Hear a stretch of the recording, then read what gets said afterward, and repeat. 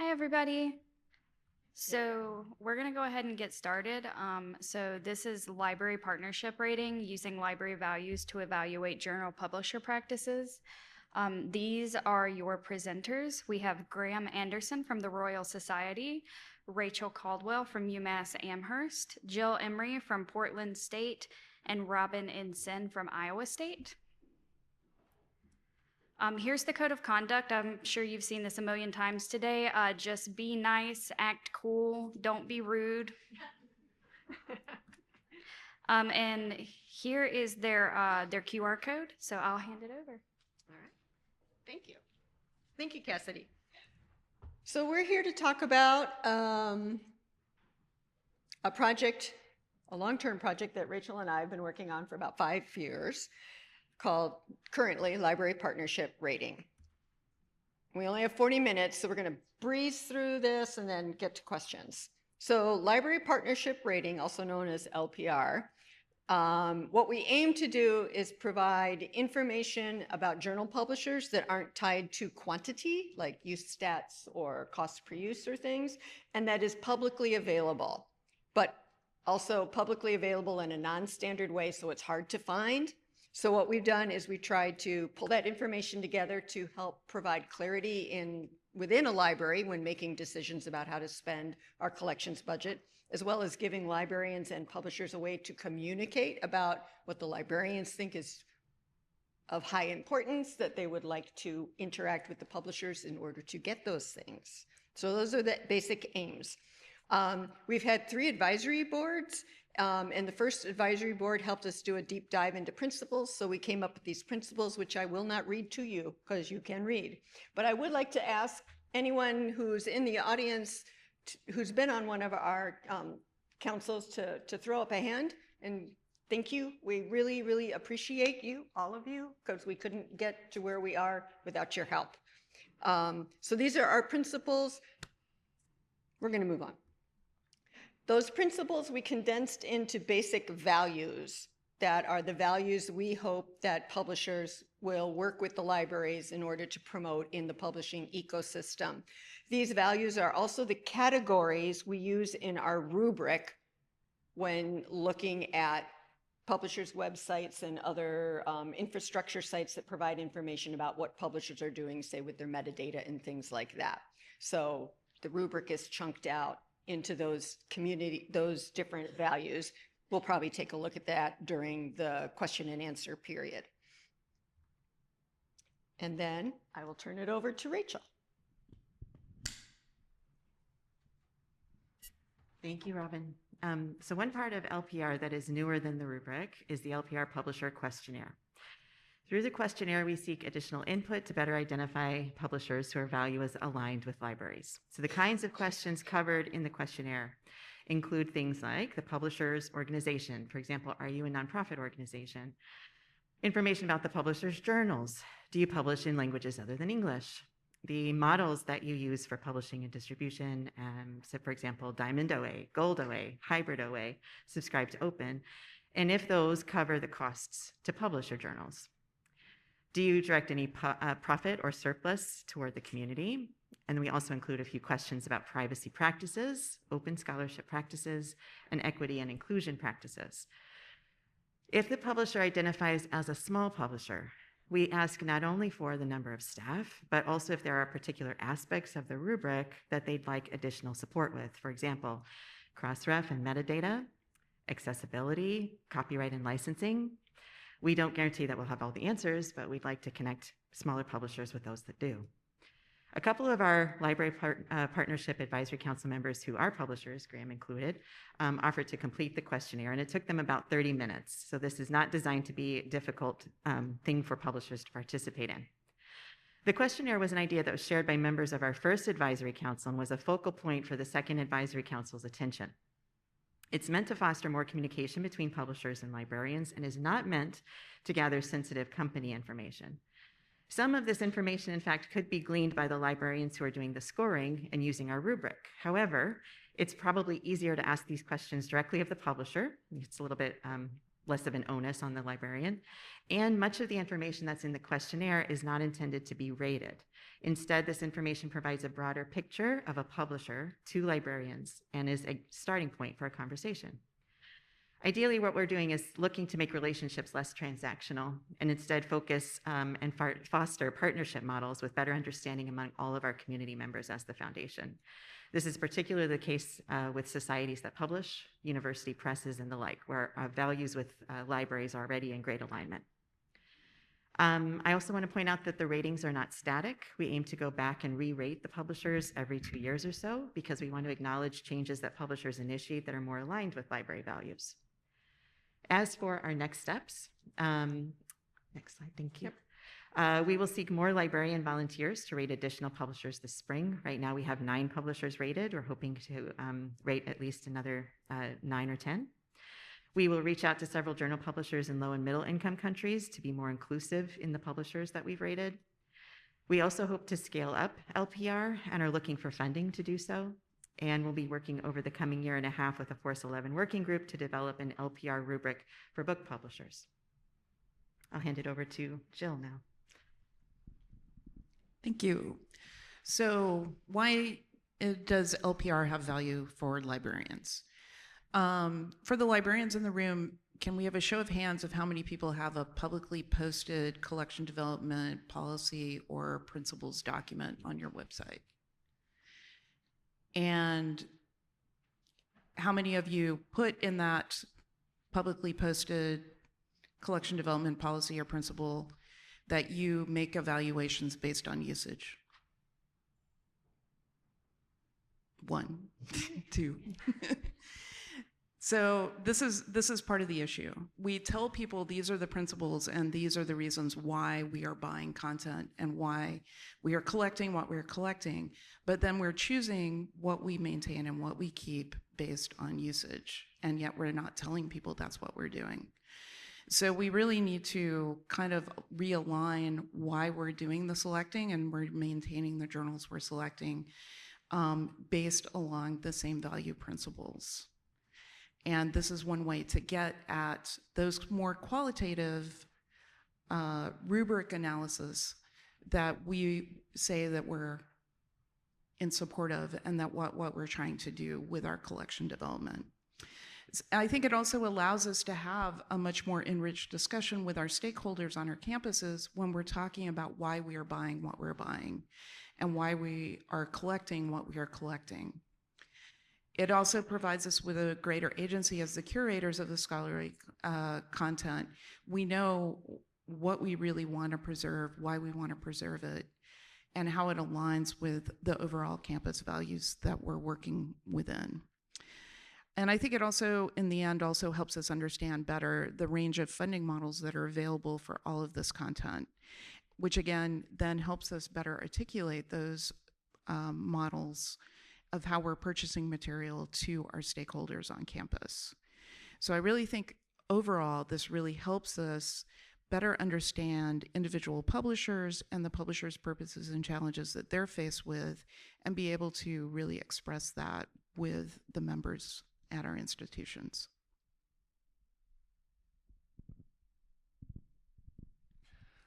Hi everyone, I'm Graham Anderson. I'm Head of Sales and Marketing at the Royal Society.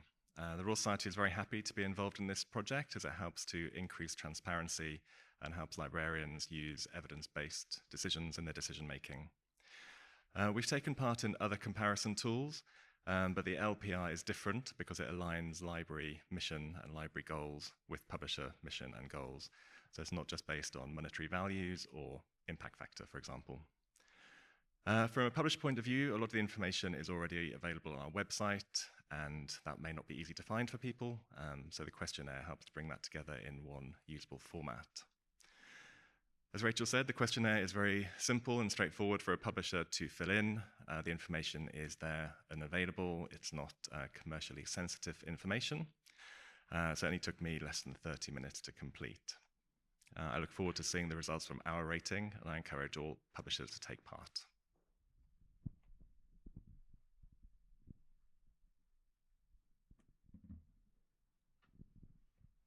That was quick. So that was basically, we were trying to save time for questions and discussion. So do you want to see the live website? Do you want to start with some questions? Website, okay.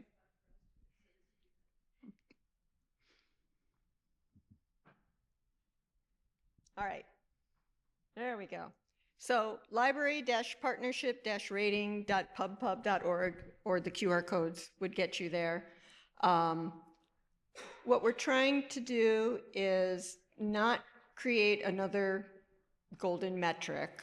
We want something that's nuanced and shows how publishers are doing their best, and there's a lot to take care of. There's a lot for librarians to pay attention to. So if you view the rubric, and I'm going to go over, oh, I didn't pull it all the way up.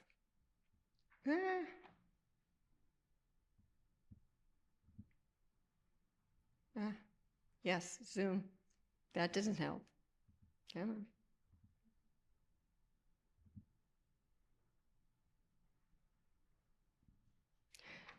So the rubric right now lives in a Google Sheet, but again, you get the idea that we've got these different values that are categories, and there are criteria. So communities at the top, you can get up to 19 points, as it says in A2.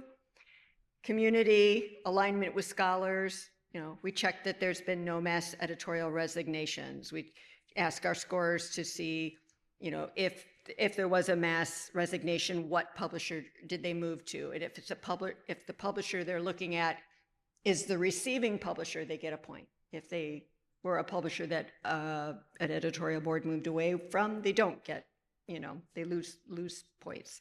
We want publishers to be COPE members. We want free text mining for scholars. So it goes down a very long list that I can't seem to scroll quite slowly through.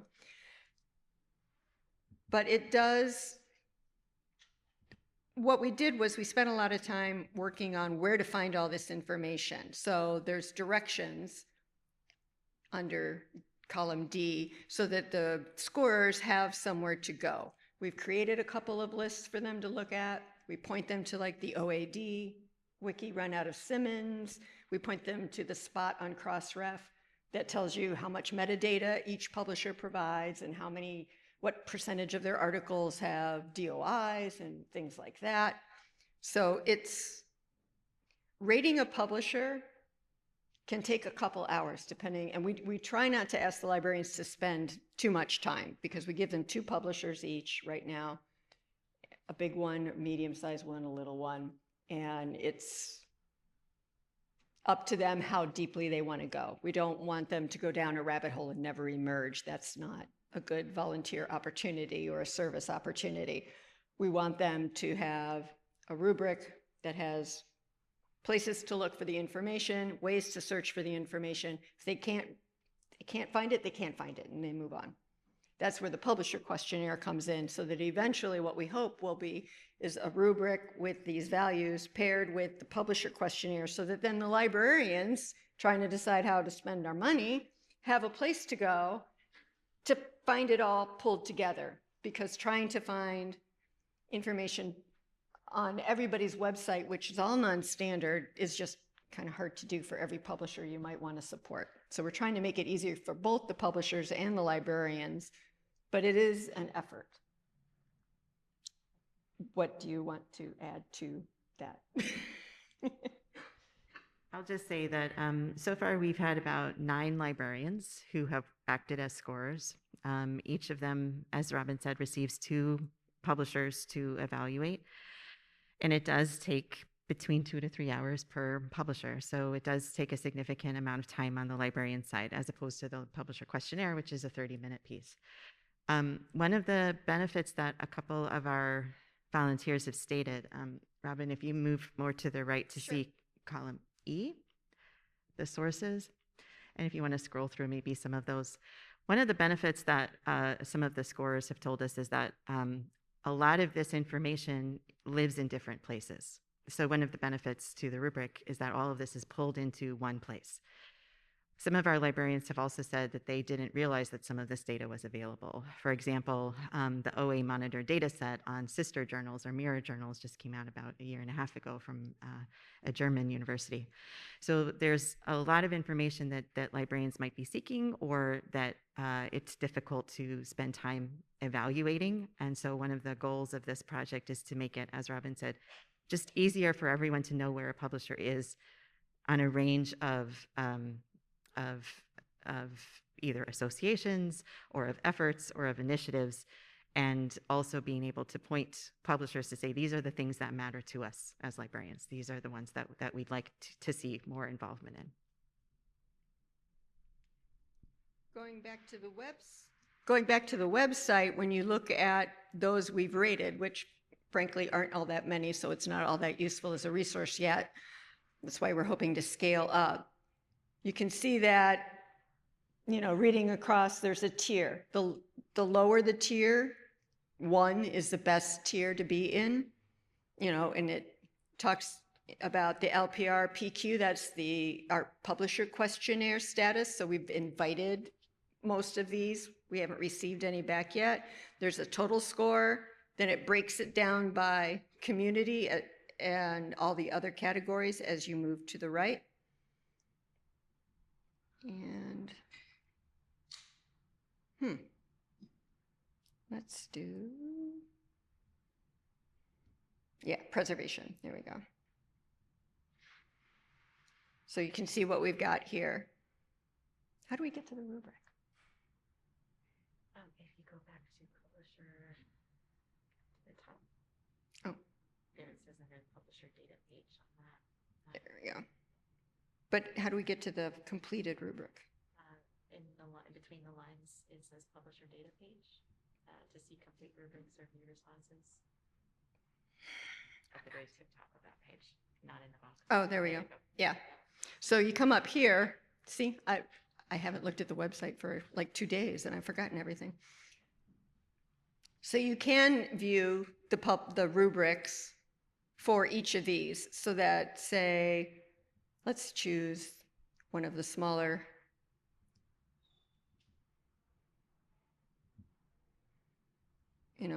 So at the very bottom, we can see their score, but we can also, if for some reason we're interested in APCs today, we can look at their APC, how they deal with APCs without having to read through the website. And if that's all you need, that's all you need. We don't want to give you one number and just stop there. That's why we're going to make these publicly available, so that everybody knows how each part broke down, so that if for some reason the faculty looking at a disciplinary publisher are more interested in how they score in the community rather than preservation, or if you look at a score and you're like, well, it's not as good a score as I would like. When you look at this, you say, oh, they're not a member of COPE. Okay, if that's the thing that knocked them down, or they're not good with preservation, then you know what kind of conversation to have with them. It's like, okay. Have you heard about locks? Have you heard about clocks? Have you thought about this or that? Because a lot of the smaller publishers have difficulty with some of the tech stuff.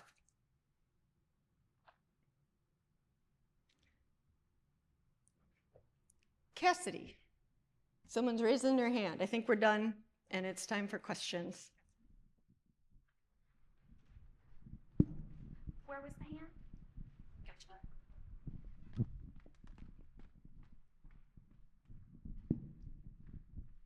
Thank you. Hi, it's Ashley from Taylor and Francis. I've got 2 questions, if I may. The first one is, you mentioned the next tranche of publishers you expect to do about another 9. Do you have a priority list, or how might you prioritize? And secondly, as a publisher, would we then get an opportunity after reviewing the scoring to perhaps give some input, or have a conversation about how it might not be a complete picture of something, or we might want to give a bit more information to influence the score? Is that possible? So yes, The latter question first. Yes, we want to have those conversations, and we want to improve transparency overall, right? So yes, absolutely so. In terms of who we will be rating in the next round, we've tried to be balanced. If you see the list of the 9 that we've gone through, several are societies. One's a very large society, one's a small society, right? 2 are kind of smaller societies. Nonprofit organizations, university presses, and also larger publishers. So we'll do that kind of breakdown again. We do have, through our involvement link or our contact us link, it's a form for anyone who's interested to complete. So if you are a publisher who wants to be rated next time around, please complete the form, let us know, and we will consider adding that. Again, thinking about the balance that we want to reach with those 9 that we select. And if you're a librarian who's interested in serving as a scorer, that's the same form that you would use, and we will reach out to you, and in the springtime is when we usually do the training for the librarian scorers.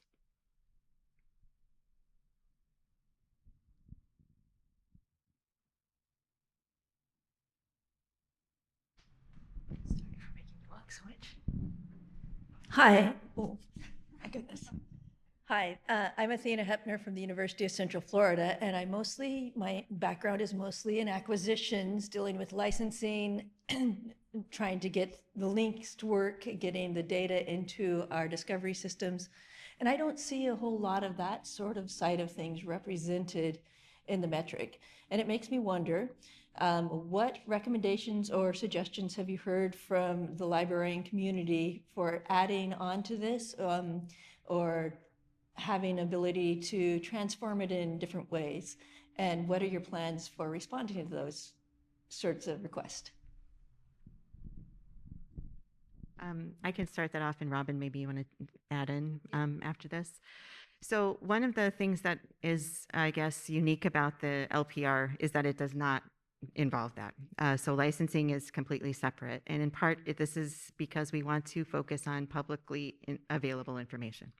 As soon as you involve licenses, that becomes dependent on institutions, and it also becomes a question of non-disclosure agreements and so on and so forth. So I know of several, and I'm sure others in here might want to call out as well, but there are licensing principles that different institutions have created, right? So the ASERL 11 is one, looking at licensing principles. ASERL is Association of Southeastern Research Libraries. There are 11 principles.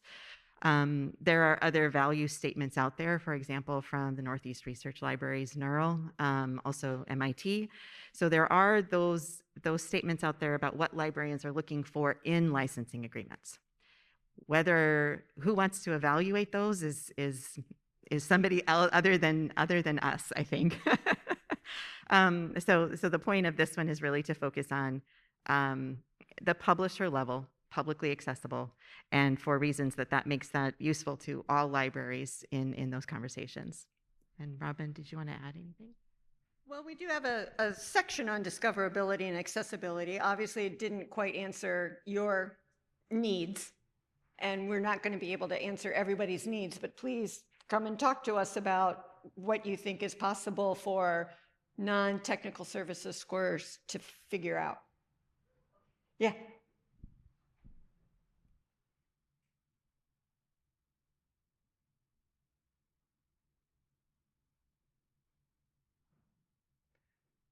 Up, couple went up behind you.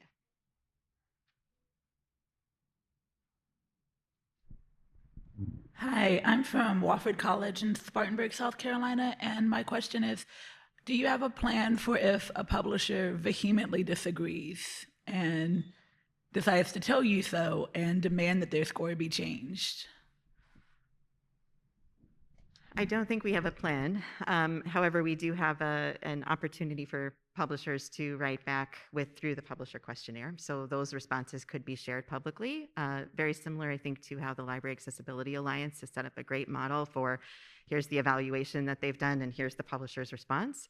At this stage, we have not heard from enough publishers to know should we also have an open-ended response that we could share, and we could. I think that one of the benefits of this system is that it's very factual. It's very some places it's binary, yes, no, and in other places it's a little more gradation, like price, like the APC price points and things like that. But it's something that we can go back to and say, at this point, when this was done, this is what the policy was, or this is what we could find. And by the way, just on our methodology section, we describe how there are 2 librarians that look at this at each publisher. So there is, an intention behind that to make sure that there have been at least 2 eyes looking at that. And if there is a discrepancy in the 2 scores that come in, Robin and I will spend time resolving that and deciding what we think is right. So it should hopefully be accurate, and if not, we will have those conversations as they come up.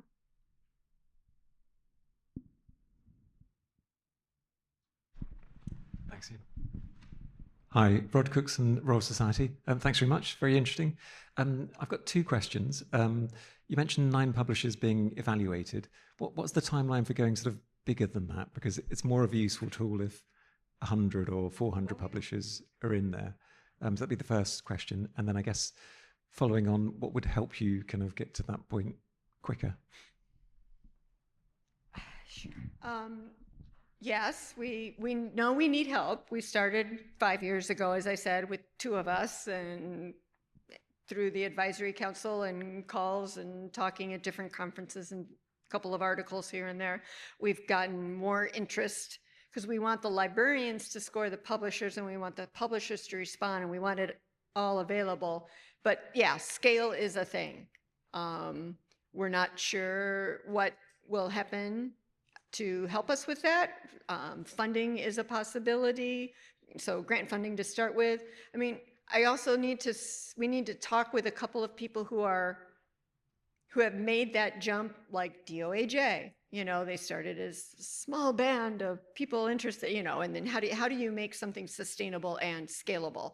And we're at that tipping point where we've gotten to a way to work to keep increasing the amount of information available, but we know it's not sustainable. So we're looking for answers. That's part of the reason we're here, is like, help, please help us. Come and talk to us about other efforts you know about that have made that work sustainable. So we're very, now, was there a second question I haven't answered? Was there? No. Okay, I think, did I get what you asked? Okay, cool.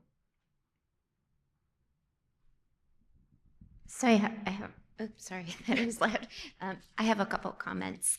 My colleague and I are actually working on something similar. We haven't used a rubric, but we're analyzing privacy policies of different vendors.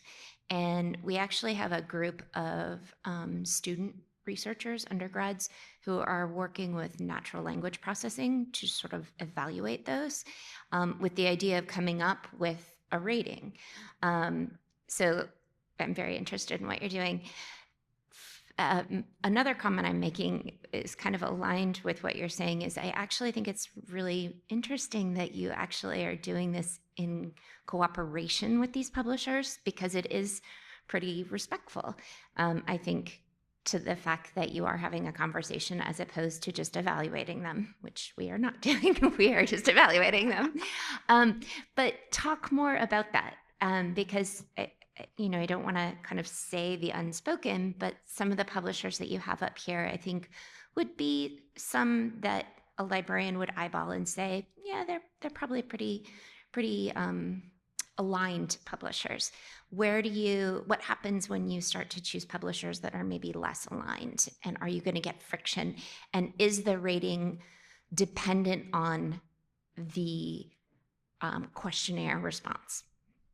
So that's like comments and questions. I'll take the last one. The rating you see here is not dependent on the questionnaire. The questionnaire is separate because actually they're all still awaiting submission. We sent the mode we've come up with, the process we've come up with is that librarians will independently score the publisher just based on what's available publicly.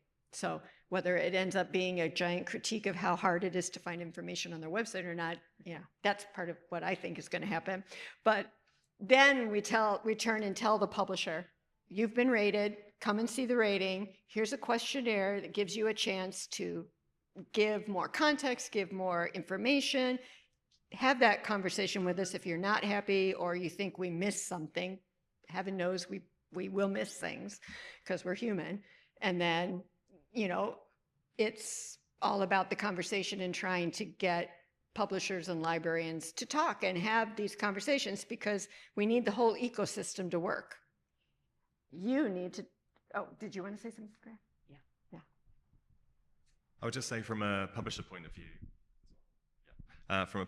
view, I wouldn't imagine that the rating would be too much of a surprise. Once you look at the questionnaire and you look at the rating, the rubric as well, I think it probably should be, they should align quite easily, I think. If they don't, that's when you have the dialogue.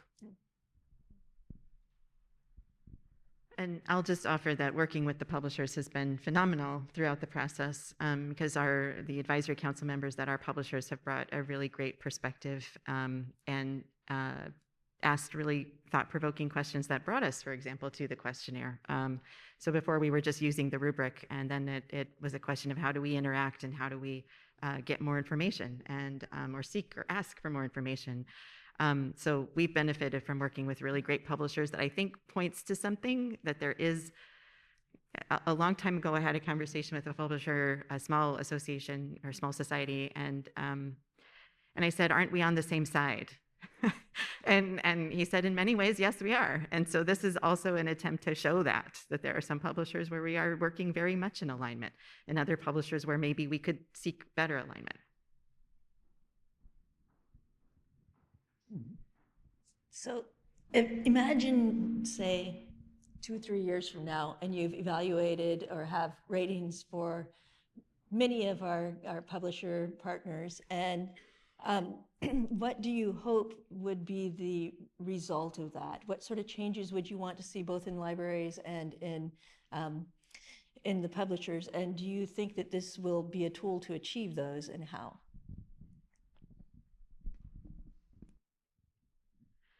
I guess one thing that I might say is that I would hope that maybe in the future this kind of rubric isn't needed so much, that there are conversations that happen prior to implementation or prior to a change in the publishing ecosystem, so that the values-aligned publishers and libraries are having these conversations already. I think that the rubric people respond to numbers, and so there's an immediate comparison, and then people are looking at that. That's really not the goal, though. The goal is to share these pieces that are important to libraries and say why they're important to libraries, and then see if that also aligns with what publishers are hoping to do. So my hope would be that eventually, maybe this isn't needed. I also wonder, though, one of the reasons that we started this is that there are smaller publishers who don't know this stuff. There are publishers in some that are maybe faculty-led journals, for example, who are working kind of independently and not aware of these things. So in some ways, this could become, perhaps in the future, a checklist of, are you doing these things? And if you are doing these things, then this will ensure indexing here or visibility here or something like that. So in some ways, this could morph into something different. And I also think that the rubric will hopefully keep the points here and the criteria here, more will be added as things come along. So for example, as privacy becomes more of an evaluated thing, maybe we can point to how a publisher is rated in their privacy practices and include that here, right? So there's growth here. But it's also maybe something that we don't stick with a rating forever for. Maybe it just means that we can help the relationships with some publishers or those who are starting off, even new publishers, say this is what we value, and hopefully that will help inform some of your decisions.